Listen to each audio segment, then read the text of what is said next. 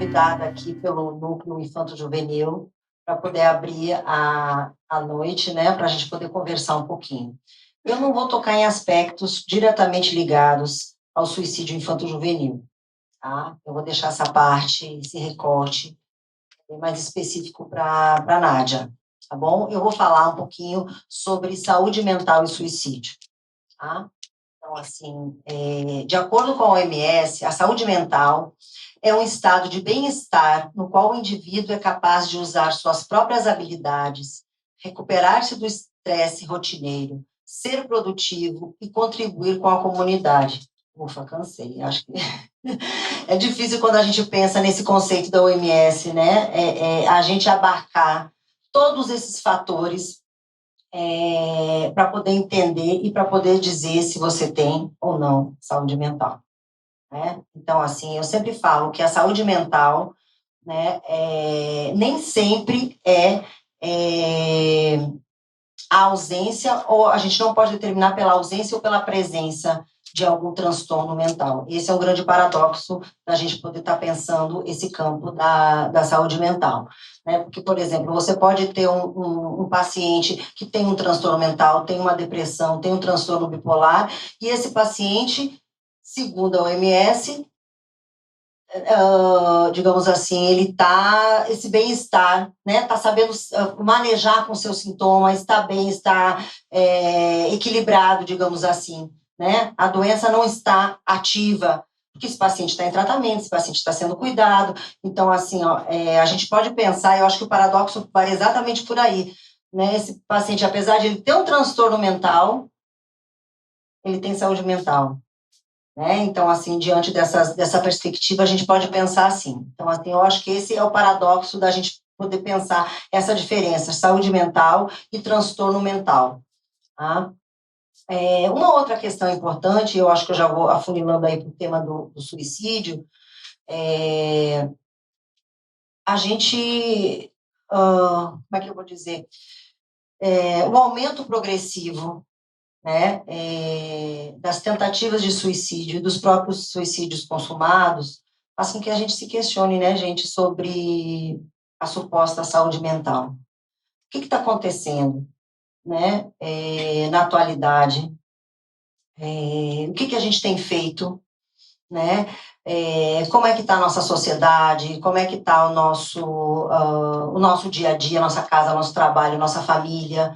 Né? Então, assim, a gente realmente, eu sempre falo assim, o suicídio, ele é um enigma que está nos colocando a trabalhar, nos colocando a pensar, porque não existe nada que determine, né? A gente tem estudos, a gente tem estatística dos transtornos mentais, de que isso e aquilo, enfim, tem uma lista, mas assim, nada é certo, nada tem uma relação causa-efeito. Então, assim, quando a gente pensa no suicídio, é bom a gente desaprender muitas coisas antes de se confrontar, né? De começar a estudar. É preciso desfazer antigos preconceitos que a gente tem sobre suicídio. E eu coloco aí a importância, né, da prevenção em saúde mental, e principalmente a gente falando em suicídio. Né? A gente está, não é à toa que a gente está aqui hoje, eu acho que, falando em prevenção, estamos todos aqui, eu acho que isso é uma obrigação das instituições de saúde, dos profissionais de saúde, do Estado, né? Então, assim, esse cuidado com a saúde mental é uma obrigação de todos, e do próprio sujeito, porque a gente também não pode responsabilizar os sujeitos, né? Desse compromisso aí com sua saúde mental. Né? Então, assim, a prevenção, a campanha Setembro Amarelo, né? Que eu acho até uma pena, que fica muito restrita, né? Esse tema a gente falar especificamente em setembro. Né? Então, eu acho que é um tema que a gente tem que ter um compromisso de estar abordando isso em diversos momentos enfim, do ano, em datas específicas, porque o suicídio está nos colocando a trabalhar, a pensar, né? E sobre os seus efeitos, principalmente na saúde mental. Não só, inclusive, do paciente, que enfrenta, né, uma situação dessa, mas para a família, para a sociedade, o impacto disso tudo. Então, assim, não podemos estar minimizando, né, os efeitos e os impactos dessa questão. Enfim, gente, você pode passar. Bem, vamos agora tentar buscar uma definição aí. E outra coisa, eu estou trazendo algumas definições, mas eu trago as definições para a gente poder estar contestando também, viu, gente? Tá? Não gosto quando eu trago alguma questão assim, não é para a gente tomar como verdades absolutas. Né? Inclusive, eu vou falar e já vou contrapor sobre algo aí. Né? O suicídio, segundo a OMS, é um ato deliberado executado pelo próprio indivíduo, cuja intenção seja a morte, de forma consciente e intencional, mesmo que ambivalente, usando um meio que ele acredita ser letal. Então, assim, me chamou a atenção nessa definição um ato deliberado executado pelo próprio indivíduo, né, que tem uma intencionalidade da morte, né. Então, assim, essa questão do deliberado me traz um ato consciente, o suicídio é um ato consciente. Então, e aqueles suicídios que a gente não são, segundo a OMS, considerados como suicídio, aonde os sujeitos se negam a comer, a gente vê muito com os idosos, né? Que os idosos se entregam para a vida, adoecem, não querem ir para o médico, evitam qualquer tipo de cuidado, vão rechaçando o outro, se afastando ainda assim. E esse tipo de suicídio? Esse tipo de suicídio não é contabilizado. Mas a nossa prática clínica vai nos ensinando que ele existe e que ele está aí, né? Essa negação da vida, essa negação de que algo circule. Então, assim, eu tenho muito cuidado e, assim, me preocupo muito quando a gente pega os conceitos. A gente pega um monte de conceito pronto para apresentar, mas, assim, bora começar a desfazer um pouco também, porque senão a gente engessa o nosso trabalho. E o que importa, o que nos permite ver mais? A nossa experiência clínica, a experiência do nosso trabalho, né, permite com que a gente possa avançar e não tomar essas teorizações como prontas, como verdades absolutas. Bem, um outro ponto que me preocupa muito quando a gente vai definir o suicídio são determinadas disciplinas ou ramos da ciência que tentam se apropriar aí de um saber sobre o suicídio, sobre o que é o suicídio, né? Como uma verdade. Então, assim, não existe uma verdade universal. Qualquer saber que busque dar uma explicação totalizante sobre o suicídio, sobre esse sofrimento do sujeito, desconfie, gente, viu? Né? Então, assim, a gente vê aqui o nosso trabalho aqui na clínica, como é difícil. Então, assim, tá, é o psicólogo, é o psiquiatra, é o TO, é o AT, é a nutricionista, é o preparador físico. Como a gente precisa, né, desses diversos olhares sobre esse sujeito para poder entender. Né? Então, assim, a gente tem que estar aberto a isso. Eu vou trazer, inclusive, para vocês aí alguns teóricos, algumas referências, mas são referências, né? São referências para a gente começar a pensar, dentre tantas, eu escolhi essas, né? Mas existem outras também. Então, assim, esse exercício dessa busca, dessa leitura, de buscar outras práticas, outras teorias, é importante para o nosso entendimento. Né? Enfim, então, assim, o suicídio ele envolve uma multiplicidade complexa de fatores, aspectos sociais, culturais, psicológicos, condições de saúde, patologia. Então, assim, é difícil um campo do saber abarcar todas essas questões. Então, precisamos, né? Então, assim, inclusive o conceito do nosso trabalho aqui na clínica é de uma equipe multidisciplinar, porque a gente não concebe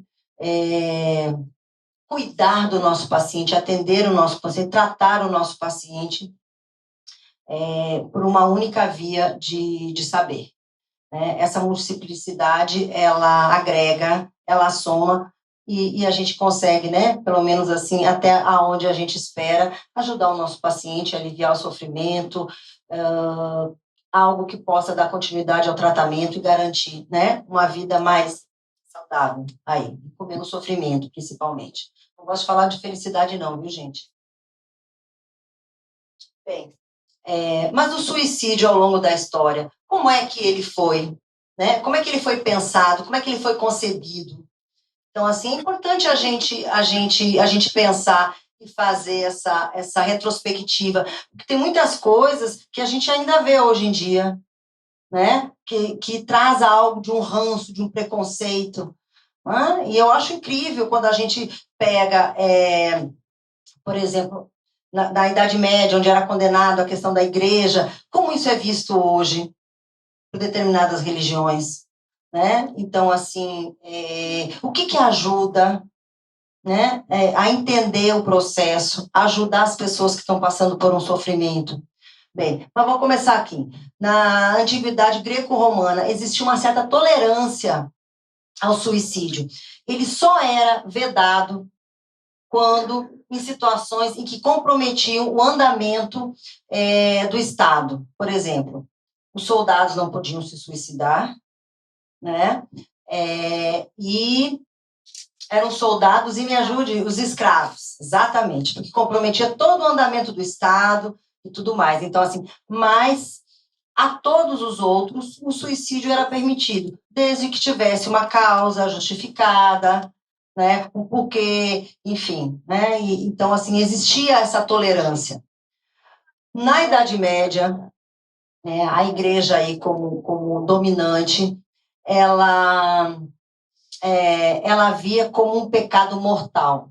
Aí nós temos, assim, dois teólogos dessa época, que é São Agostinho, que dizia que era o maior pecado de todos, né, e São Tomás de Aquino, que ele dizia que quem se suicidava era mártir do Satã, que o suicídio era um ato da ação do demônio, né? Então, assim, Nádia está aqui me passando uma colinha aqui, ela também, ela está na apresentação dela.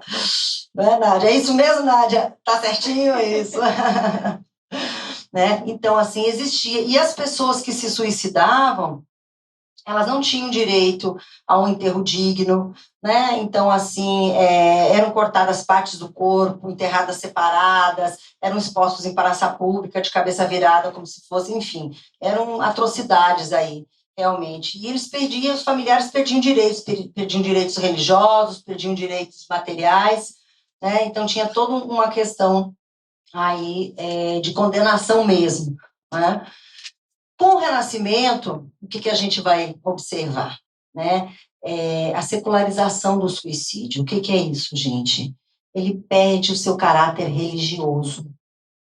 Né? Ele perde seu caráter religioso. Você passa de algo que é da ordem do divino para uma perspectiva humana, um dilema humano. E isso a gente vê muito observado, Shakespeare, Goethe, né, nas tragédias, enfim, né, muito próprias dessa época, como o suicídio aparecia nessas obras, como aparecia no teatro, como aparecia nos livros, como aparecia nos romances, nas poesias. Então, algo da melancolia, do sofrimento, da morte, né? A morte não era condenada. A morte, o suicídio, o desejo, né, da morte de si, era visto como um problema existencial do humano. Isso, de alguma forma, era acolhido e poderia ser falado.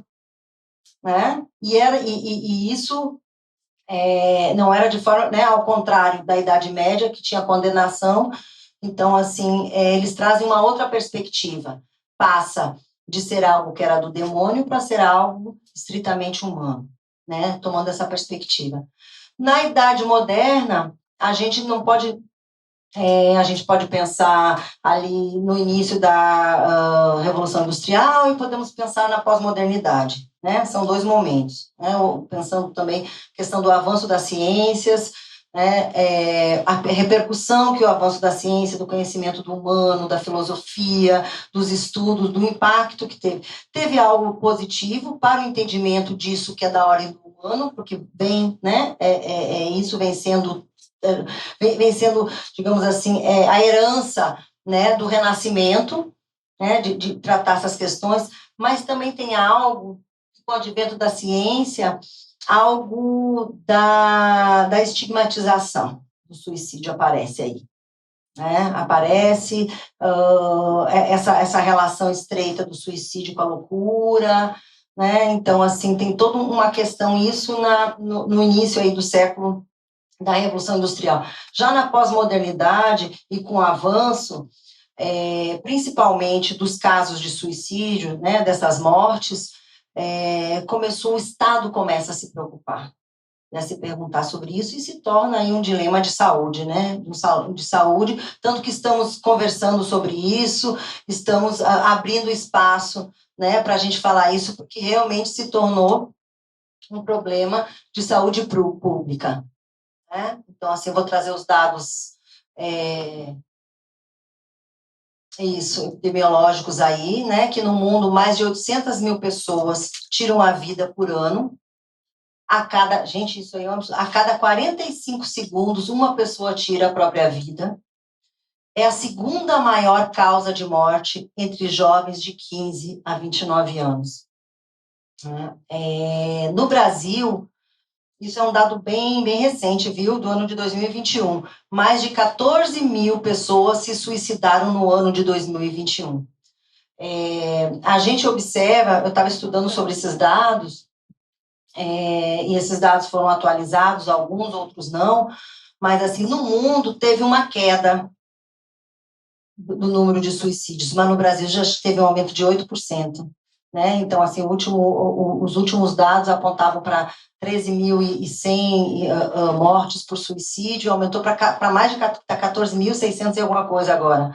Né? Então, assim, houve um aumento, né? E a gente vem se perguntando o que está acontecendo, por que o mundo inteiro, né? São as políticas de saúde, intervenção do Estado, por que no Brasil esse aumento? E esse aumento, né, no Brasil,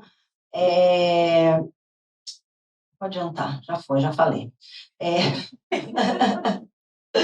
Esse aumento entre os jovens, gente, que eu acho que é a questão da gente falar, né, sobre o suicídio infanto-juvenil, o aumento progressivo de mortes por suicídio em jovens. Então, assim, é algo que chama atenção, né, e tem preocupado, né, as instituições de saúde. Enfim.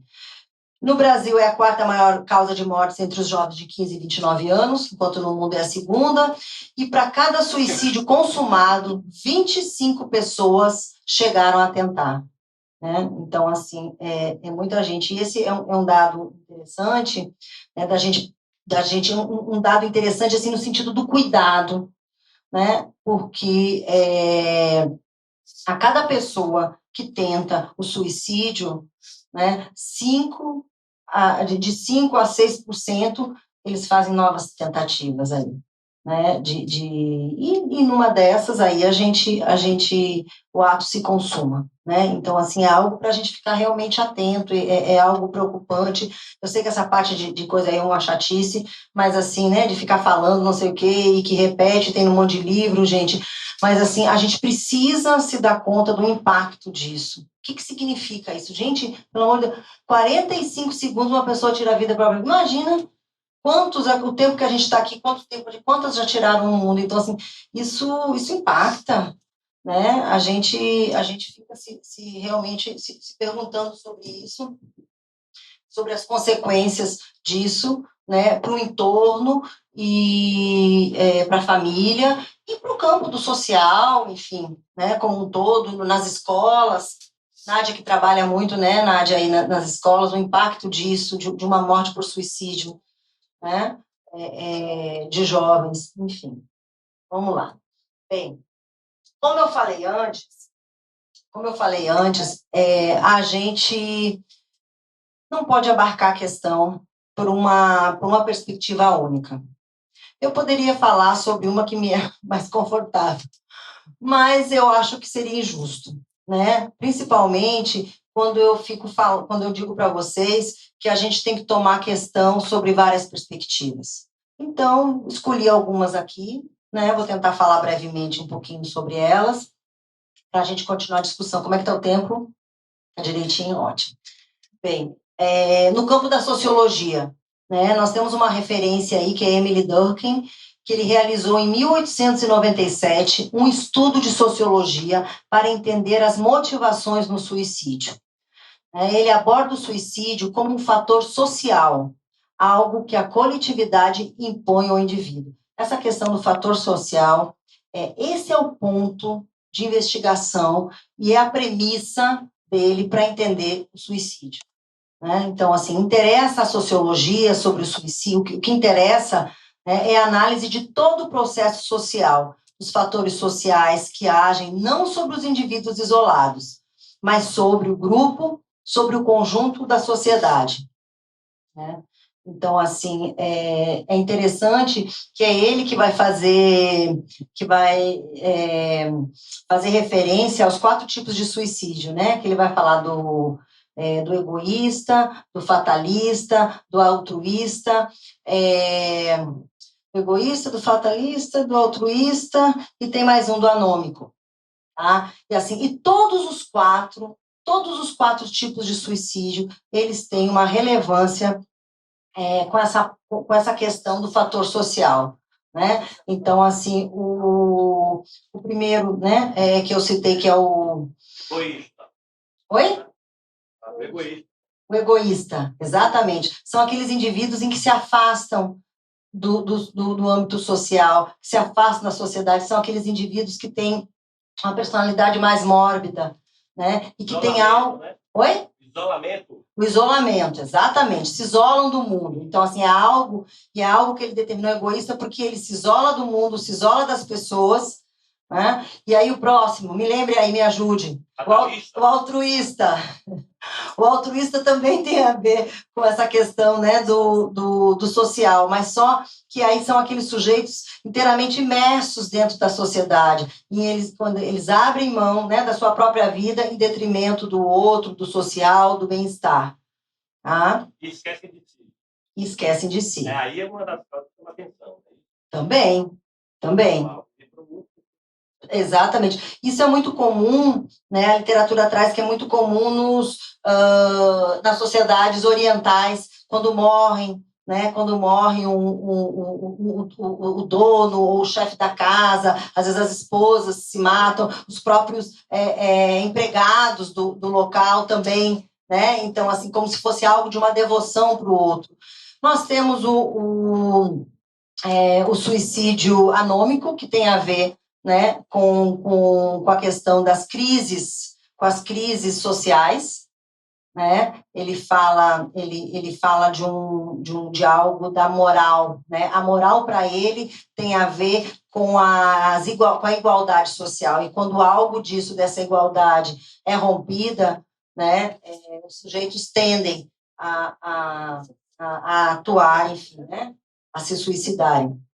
E aí tem um outro tipo, que é o fatalista, que tem a ver com as guerras, com as prisões, com o estado de sítio, né, com questões políticas aí envolvidas, mas vocês veem assim, que o aspecto que ele dá para esses 4 tem muito a ver com a questão do social.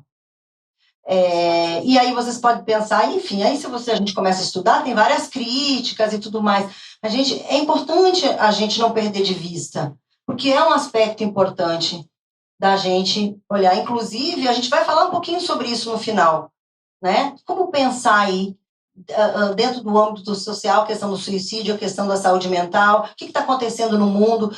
É exatamente isso que Durkheim, a análise que ele fez. Lacan fez isso, Freud fez isso no Mal-Estar da Civilização, de uma forma diferente, mas né, é uma forma de olhar, de sair do seu campo de visão e poder olhar o problema de fora, né, a partir do meio. Enfim, vamos lá. A psicologia. Quem que eu escolhi aí? Schneidman, né, que é um psicólogo clínico, pioneiro no campo da prevenção e atenção ao suicídio. Esse já é bem mais atual em relação ao Durkheim. Em 1958, ele fundou o Centro de Prevenção de Suicídios de Los Angeles, junto com 2 outros colegas. Então, assim, esse centro se tornou um centro de referência, de atenção à crise e tratamento do suicídio, e serviu de modelo para várias outros espaços, inclusive o seu material de pesquisa, né, sobre o tema. Para ele, O suicídio é resultado de uma dor psicológica insuportável, uma turbulência emocional, sensação angustiante de estar preso em si, de si mesmo, sem encontrar saída. É resultante de necessidades psicológicas não atendidas. Que necessidades são essas? Autonomia, realização, amparo, né? Necessidade de necessidade de ter defesas em relação à humilhação, a humilhações, a gente entra a questão do bullying, né, que a gente fica pensando nas escolas. Então, assim, tem algo aí nesses indivíduos, né, que carecem, né, nos seus aspectos subjetivos aí e que levam eles a cometerem esse ato. Para Schneiderman, o suicídio visa a cessação da consciência a fim de evitar uma dor psíquica insuportável. E aí ele vai dizer que a melhor forma de entender o suicídio não é entender o cérebro. Inclusive, ele é contra a medicação, viu, gente? Tá? Não que eu concorde com isso, mas e sim as emoções. Ele achava que a gente tinha que começar a tratar os indivíduos pelas emoções. E aí ele tinha coisas assim que me parecem interessantes quando a gente fica vendo assim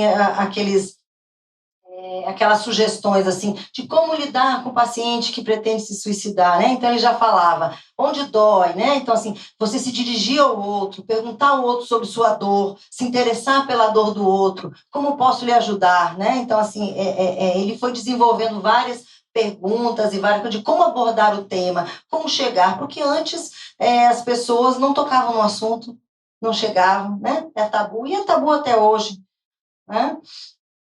Vamos lá. Para a psicanálise, não poderia deixar, né, gente? Porque tem contribuições importantíssimas aí.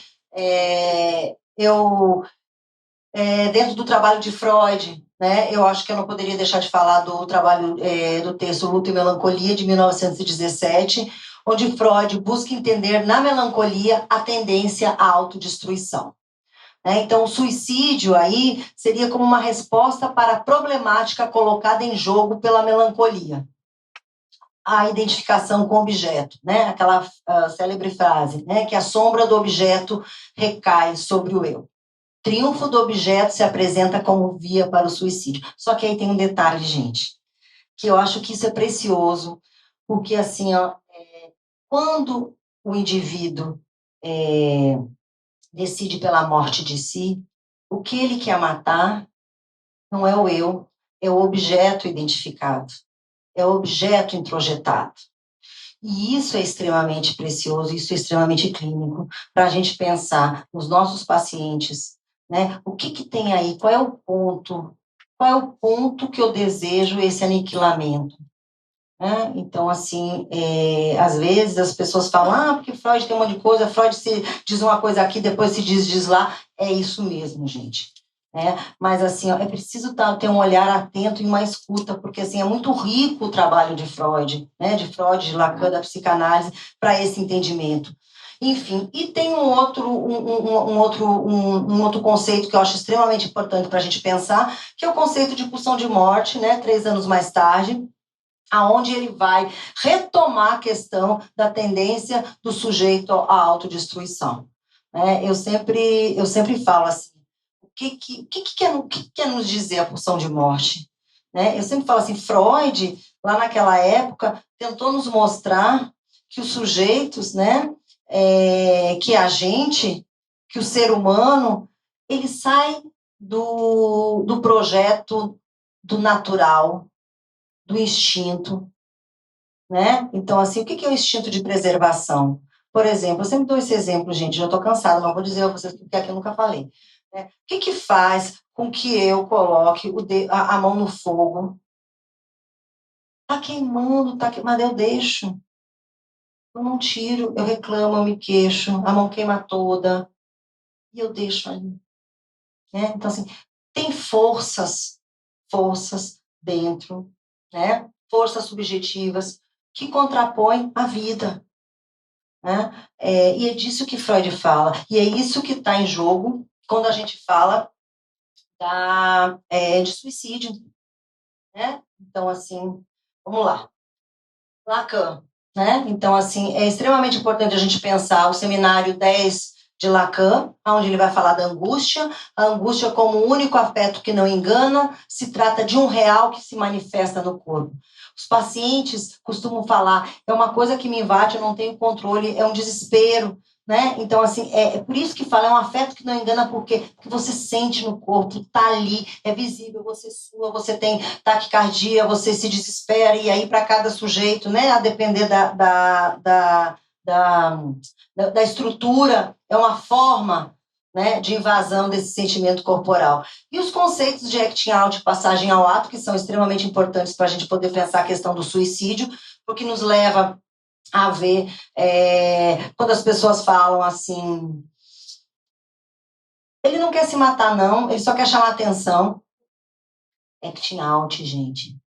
Mas, assim, isso tem uma questão muito mais profunda e teórica para a gente poder pensar. Porque no acting out existe um outro, existe um sujeito, existe um direcionamento, existe uma demanda de amor, né? E, às vezes, o sujeito ele pode não querer morrer, querer achar atenção, mas ele acaba morrendo nesse movimento, né, de captar o olhar do outro, e é preciso ter cuidado. Por isso que nesses livretos e nessas sugestões de como abordar, né, então, assim, fala assim, quando o sujeito diz, não menospreze, né, dê atenção ao que tá sendo dito, escute, porque a gente nunca sabe o que está aí, né? Principalmente quem é leigo, a gente dentro da clínica, que a gente entende, que a gente senta, que a gente estuda, que a gente discute com os colegas, a gente ainda fica, né, até onde a gente estica a corda, até onde a gente é firme, até onde a gente cede, como é que funciona? É difícil, gente, é difícil. E esses conceitos são conceitos importantes para a gente pensar, e são conceitos extremamente clínicos de Lacan, né? A passagem ao ato fala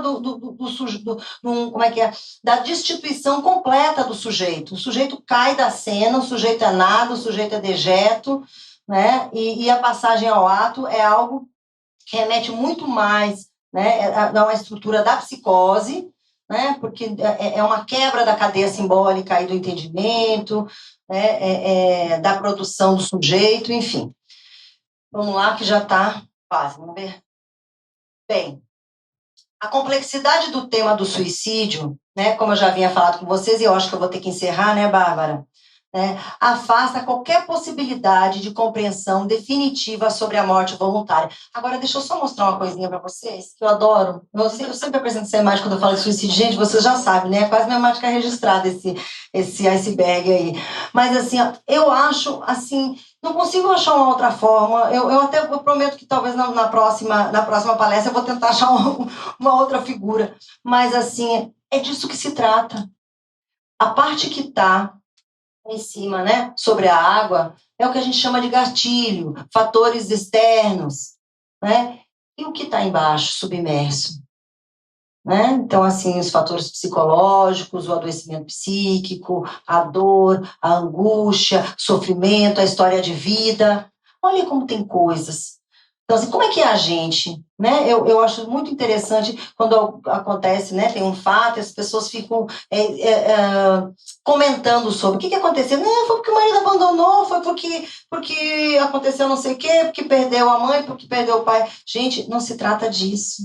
Suicídio não se trata disso. Esse tipo de especularização, esse tipo de comentário, esse tipo de entendimento raso, né, ele não contribui para o debate. Então, assim, é importante que a gente guardem essa imagem, essa visão, para que a gente possa pensar, né, na questão do suicídio e na profundidade, na complexidade que a gente abordar esse tema. Bem, muito obrigada a atenção de todos, gente.